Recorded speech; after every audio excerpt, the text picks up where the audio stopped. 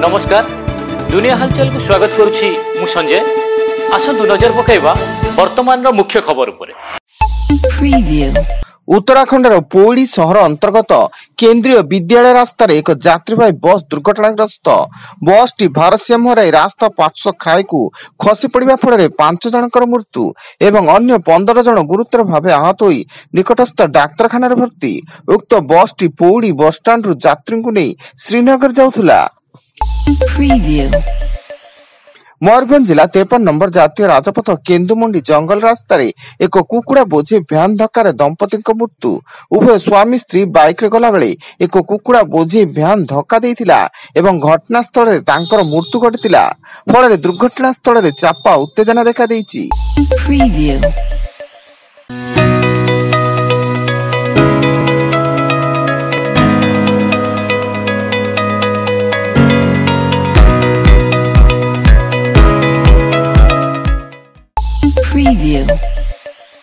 बालेश्वर जिला सोर अंचल सोर थाना पुलिस 6 लुटेरा को गिरफ्त करने सह सेमानंक ठारू 90 ग्राम सुना 665 ग्राम रूपा और 20,000 टंका जबत करिछि एवं समस्त भद्रक जिला वासुदेवपुर अंचल रहिता बेले समस्तक नारे थाना रे पूर्वरु अनेक मामला रहिछि।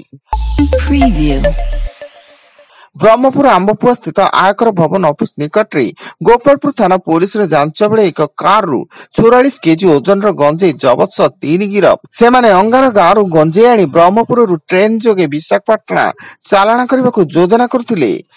Preview. Audio Jungle.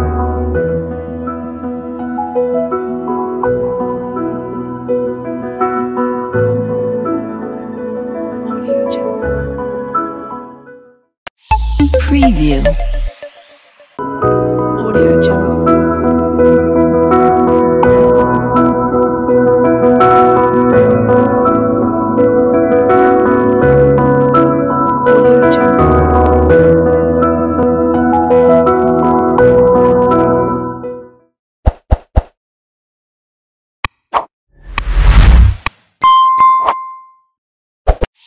Preview. Balangir जिला पाटना थाना पुलिस पक्षरु स्थानीय बनवीर नदीकूल अंचल रे चलिथिबा चोरा मद भाटी उपरे चढ़ऊ बेले 3टी मद भाटी भांगिबा सह 13 क्विंटाल महुल पोच नष्ट एवं चढ़ऊ पूर्व मद माफिया माने सेठारु फेरार होई जाइतिया बेले मद रंधा सरंजाम जबत होईछि। आज उत्तर प्रदेश प्रयागराज पवित्र त्रिवेणी संगम स्थल रे महाकुंभ मेला आरंभ होईछि। विश्व रे अन्यतम प्रमुख धार्मिक समावेश रे आध्यात्म संस्कृति और परंपरार अद्भुत मिलन आसंता फेब्रुआरी 26 तारिख पर्यंत देखिबाक मिलिबो एवं एथिरे हिंदू संप्रदायर प्रमुख साधु संत और श्रद्धालु जोग दैथिया बेले एही समावेश रे प्राय 45 कोटी जनतांक समागम हेबो। तेलंगानार सिद्दिपेट जिला स्थित कोंडा पोछमा सागर जलभंडार रे पानी रे बुड़ी 5 जन इंजीनियरिंग छात्रक मृत्यु। हैदराबाद मीरपेट इंजीनियरिंग कॉलेज 7 जन छात्र बनभोजी करने को उक्त जलभंडार को जाइतिले एवं सेल्फी नेबा बेले पानी रे बुड़ी 5 जन छात्रंकर मृत्यु घटिया बेले स्थानीय लोक 2 जन छात्र को उद्धार करछन्ती।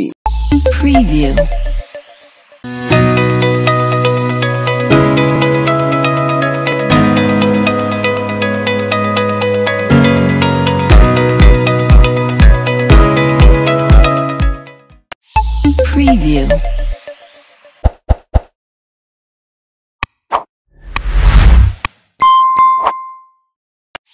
Preview.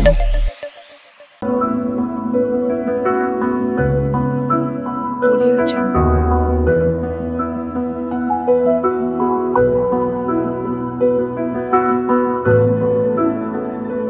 Audio Jungle. Preview. नुआ दिल्ली इंदिरा गांधी अंतर्जातीय स्टेडियम रे प्रथम पुरुष और महिला खो खो विश्वकप प्रतियोगिता आज 19 पर्यंत खेला जिवो। एही प्रतियोगिता रे भारतीय दल रे ओडिसा रु 3 खेलाड़ी स्थान पाइचंती।